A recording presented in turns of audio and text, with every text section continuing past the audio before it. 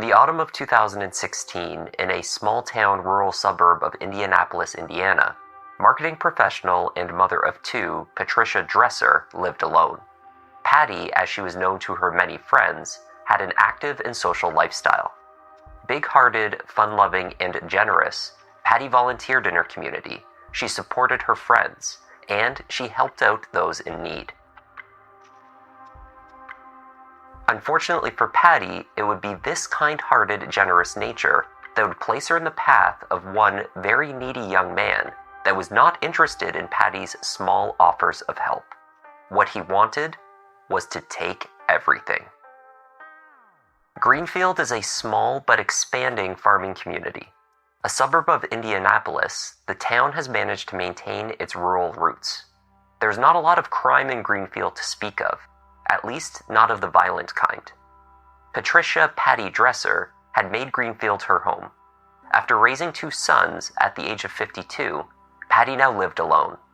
In October 2016, Patty's youngest son, Nick, had moved away only a few months earlier to serve in the military. Patty was a sales and marketing professional for most of her career. She had a big personality and a large group of close friends. Patty Dresser was the type of person that made real connections with people, and when she made friends, she made them for life. Her friends have said that Patty was supportive, generous, and perhaps, unfortunately, a very trusting person. On October 12th, a Wednesday, Patty returned home from work at just after 7 p.m. to discover that someone had broken into her home. The house was left in a mess, but it appeared to Patty that only some alcohol had been stolen. Aside from that, Patty noted that items of greater value remained untouched. The empty box for an expensive watch owned by her son Nick sat out on the kitchen counter. The watch itself remained where she had hidden it away. Beginning around 7:30 p.m., Patty began texting friends about the break-in. She took several pictures on her iPad to document the state of the house. But Patty did not call the police. She believed she knew who had accessed her house, and it was someone who had her garage door code. Patty promptly changed this code, disabled the garage door access, and locked up the house. Then, still messaging with friends, she tried to relax for the evening. The next day, no one heard from Patty.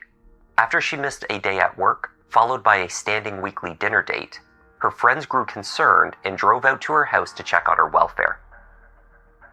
Their next call was to the Greenfield police. They arrived at 10 p.m.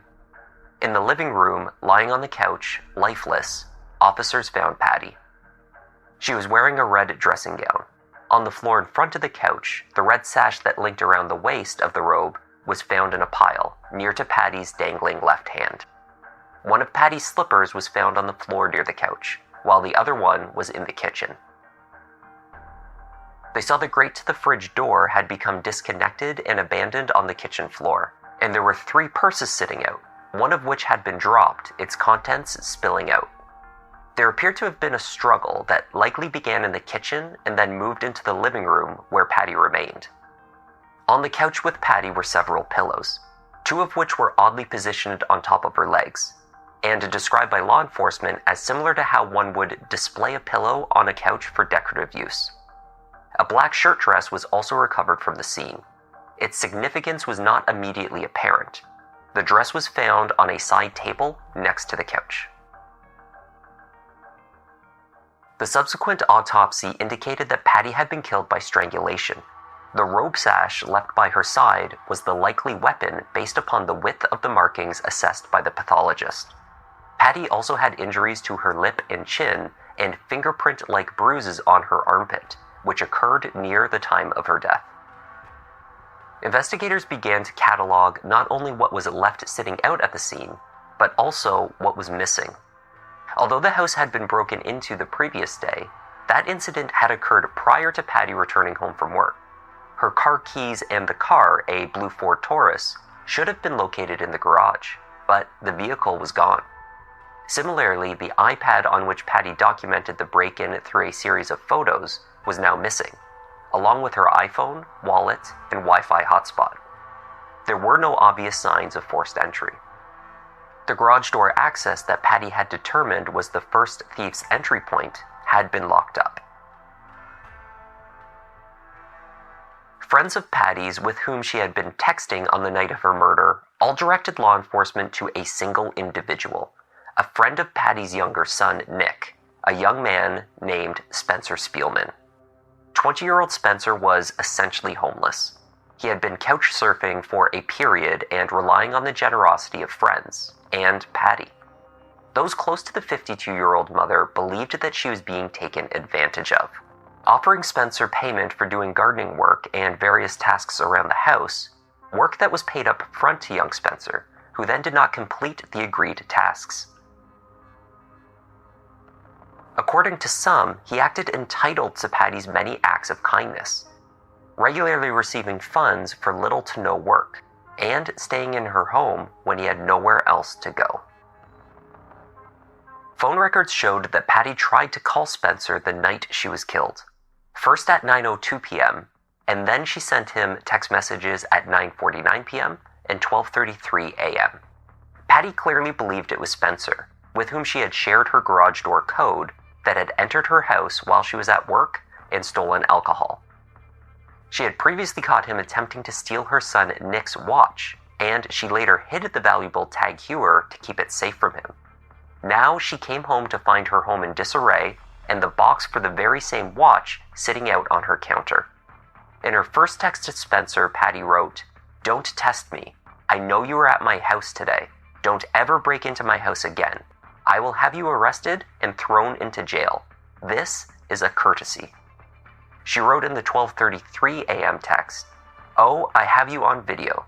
Do not try it again." That last statement was written all in caps. Patty was not messing around. Although she was clearly very upset, Patty still refrained from contacting the police. Patty sent her last message to someone at 12:43 a.m., stating, "Okay, kinda scared. Can't sleep, worried what crazed, drug-addicted, strung-out kids might do. I'm all locked down, but apparently worried. I just want a peaceful, easy feeling, which I'm not feeling." It is believed that Patty was strangled shortly after sending this last text message. Upon hearing the news of Patty's death, friends of Patty's were left in a state of shock and disbelief. I got a call that night at midnight that she was unresponsive, is what my friend said. And I said, "Unresponsive? Well, where is she?" And she says she's dead. And I just screamed out. She was a good listener. She was fun to be with. We always had a good time. By the evening of the 14th of October, 2 days after the break-in, neither Spencer Spielman nor Patty's vehicle had been located. That is, until an ex-boyfriend and good friend of Patty's, Dwayne Davis, spotted a familiar car driving on Highway 9 near Greenfield. Dwayne was returning from nearby Shelbyville when he pulled up behind a familiar-looking blue Ford Taurus at an intersection. Dwayne noticed that on the bumper of the car was a decal, one from his employer, the very same one he had placed on the Taurus that he co-owned with Patty Dresser. Dwayne had pulled up behind his own stolen vehicle. He called 911 to verify what he thought he was looking at, Patty's car. He could see two men inside. "Did you guys find the blue Taurus that was stolen from Patty Dresser's house last night?" "Who's with the car?" "Two white guys. If that's the car, I'll follow them real quick. They're leaving." Dwayne followed the vehicle into Greenfield while he remained on the line with 911. Police converged on the car.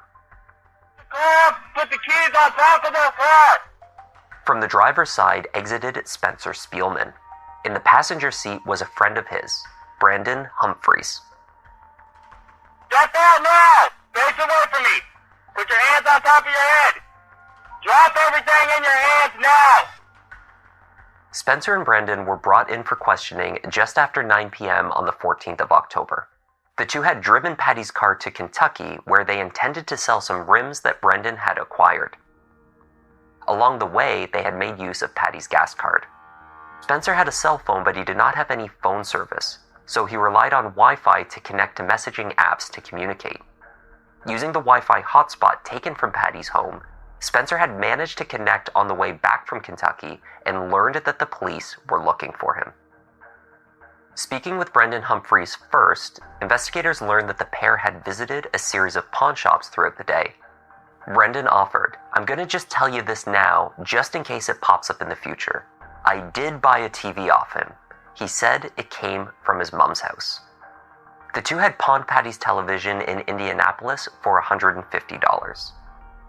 Detectives began interrogating Spencer at 11 p.m. on the same day that he was pulled over driving her car. He admitted to being at Patty's home 2 days before, the 12th of October. Tell me why you think you're here. Honestly, I have no idea. Okay. I mean, obviously the car. Okay. Patty let me use it. Okay. Alright, well, that's what we need to get to the bottom of. I go over there to her house once or twice a week. And we're talking about Patty. Patty. And I clean her house and stuff. Like, she pays me like $100 once a month to do all her windows. Okay. Like, clean her floors. In Spencer's initial detailed story, he told detectives that he was cleaning the home, to which he did not have the garage code, and that Patty let him borrow her car when he left around 8:30 p.m. on the 12th. What are you talking about, burglary? Stolen car. I didn't steal no car. About 25 minutes into the interview, the officers confronted him with details in his story that did not match up with the evidence. They told him that they knew he was lying. They knew about the pawn television and that he had used Patty's gas card on the way to Kentucky. Faced with these undeniable facts, Spencer began to piece together the first of many stories. According to Spencer's first version of events, Patty was drunk and arguing with a man named John when he left the house. He drove the car from the house with Patty's permission. Over the next 2 days, October 13th and 14th, detectives knew that Spencer had openly driven the Taurus and took friends to various locations in it. He bragged about how fast the car went and sent a picture of the speedometer to someone on at least one occasion. He also sought the assistance of others in an attempt to unlock Patty's iPad, which was password protected. As the 20-year-old continued to lie and deflect, detectives made the decision to apply some pressure. 45 minutes into the interview, Spencer was informed that this was a murder investigation and that he could be facing up to 60 years in prison. Murder. Murder. I didn't kill nobody. Apparently you did. The You sit here and lie about everything else. Why would you lie about that? You stole her car. No. What? Broke in her house, stole her TV, No. stole a car, stole her I iPod. didn't kill nobody. Or Apparently steal you did. anything. Then you better tell us who did. I don't know. Yeah, You right. better. I don't have the balls to murder anybody. Maybe you didn't mean to. What? It's not looking too good for I didn't kill her. Okay. Now, I've heard you say that a couple times, and it's pretty specific. I didn't kill her. Did you guys have a conversation at all on Wednesday? I mean, yeah, I was over there. I mean, what did you guys talk about? I can't even remember that. Just petty little, like nothing bad. No, I Just mean, talking. this is nothing. I mean, you guys just talking about stuff you can do, yard work, raking leaves, how you doing, what's going on. Pretty much. That's about it. But then I left. Spencer eventually admitted that he did in fact possess the garage code and had come into the home in the middle of the night and took the television because he needed money. But there was no altercation. He did not attack Patty, and he certainly did not kill her. Now I is didn't the kill time. anybody. Then tell us what happened. I don't You do know. No, I do You not. know. You're playing stupid. I'm not playing You don't want you stupid. to leave all this out. I'm not playing stupid. Okay. Tell us Sounds about the altercation. There was no altercation. Okay. And tell us about the accident. There wasn't one. Okay. Then you're lying. I wasn't even there that long. After about an hour and a half, Spencer offered yet another version of events. It came as no surprise to detectives that he had made up the first account about a man named John having been at the house. The details of this new story evolved over the next 30 minutes, but Spencer continued to deny killing Patty. He said that she freaked out on him and hit him in the back of the head as he walked to the garage. She was drunk and fell off a chair in the kitchen, injuring her lip. He helped her up by the arm and walked her over to the couch.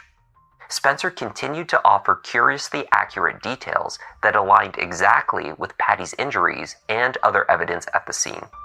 He stated that he picked up the sash to her robe and put it on the floor next to her on the couch before he left in her car. He also indicated that there was a pillow placed behind her head, one at the side of her head, and one on or by her feet. Almost 2.5 hours into the interview, the 20-year-old was showing signs of fatigue. The detectives decided to give him a break, and he was taken outside for a cigarette. This would prove to be a turning point in the interrogation. Detectives insisted that they did not speak about the case during the break outside. They used this time to relate to Spencer on a human level, to ease his nerves and develop a rapport. When they returned to the room, Spencer started talking. Over the next 10 to 15 minutes, he confessed to the murder of Patty Dresser. I'm ready to tell y'all what happened. When I laid her down on the couch, a few minutes later, she just came up, freaking the out, hitting me and just trying to scratch at me. And I just... He took the dress and put it over her head and then wrapped the sash around her neck twice and tightened it. When he returned later to remove the dress and sash, it was too late.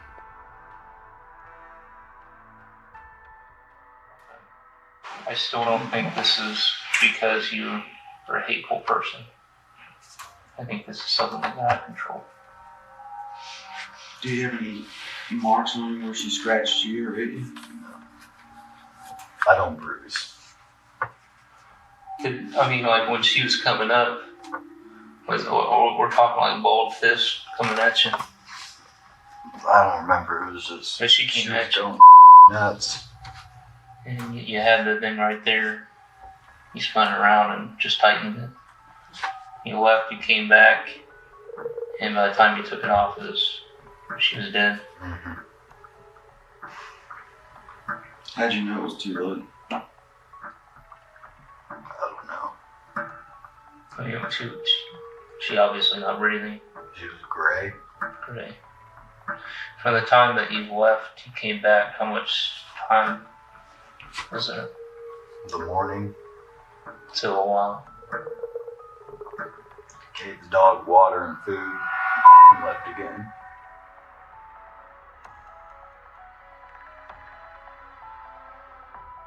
Officers later photographed a scratch on Spencer's left arm.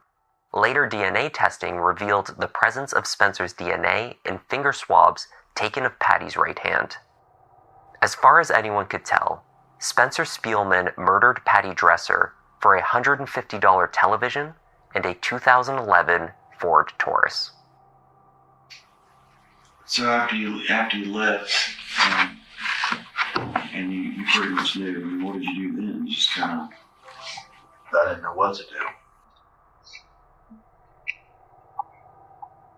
I was at Brandon's house before we rolled out to go sell his wheels off his car, and I saw her hold this son drive by in his black Lincoln. I was like, about to go down. Did you tell anybody what happened? I don't know.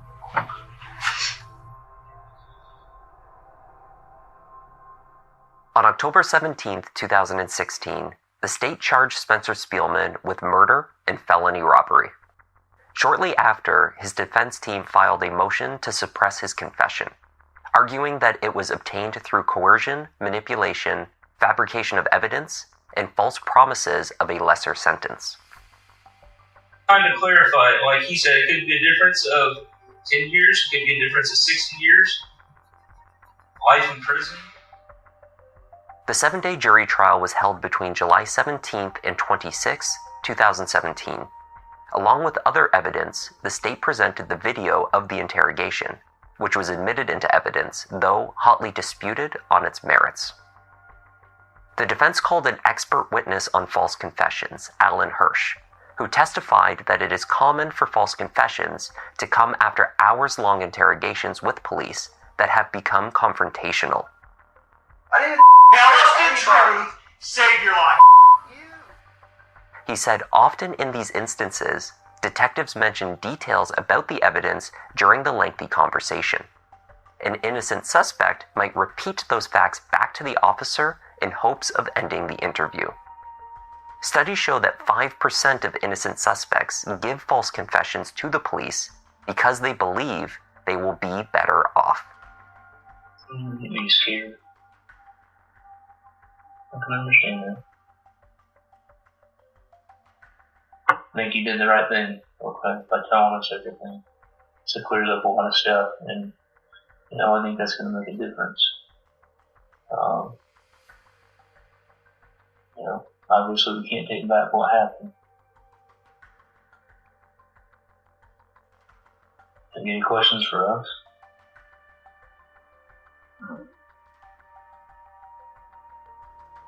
Spencer took the stand and testified on his own behalf, and he offered yet another new account of the night of the murder. In this version, he visited the house from about 7:30 p.m. to 9 p.m., at which time Patty gave him her television and let him borrow her car. He testified that he returned the next morning around 7:30 a.m., pulled the car into the garage, and then entered the house through a bedroom window because the door inside the garage was locked. At that time, he found Patty dead on the floor near the kitchen. He said she had black material over her face and a sash around her neck. He removed these materials. But over and over again in the courtroom, Spencer denied hurting Patty. A family friend, he said, had taken him under her wing on more than one occasion. She'd often helped, he said, gave him money when he needed it, helped him look for jobs in Research College, invited him to stay when he had nowhere else to go. "Why would I bite the hand that fed me?" he said. "I know you want justice for what happened, but I'm not Patty's murderer." He further testified that he panicked and left again in her car without moving her or calling the police. For 7 days, a jury of 12 Hancock County residents heard the evidence against Spencer Spielman. Nearly 30 witnesses, including the defendant himself, testified during the proceedings. Jurors deliberated for more than 3 hours before returning their verdict: guilty of murder. This verdict despite being instructed on the lesser included offense of voluntary manslaughter. Apparently, the jurors were not convinced that the confession was false. Nor did they believe that the murder had been a result of an unplanned, heated moment that spiraled out of control. Spencer Spielman would face the maximum penalty for killing Patty Dresser. At the age of 21, Spencer was handed down a sentence of 55 years for murder and 3 years for robbery, with 5 years suspended to probation. The earliest Spencer Spielman could be released is 2054. He would be almost 60 years old.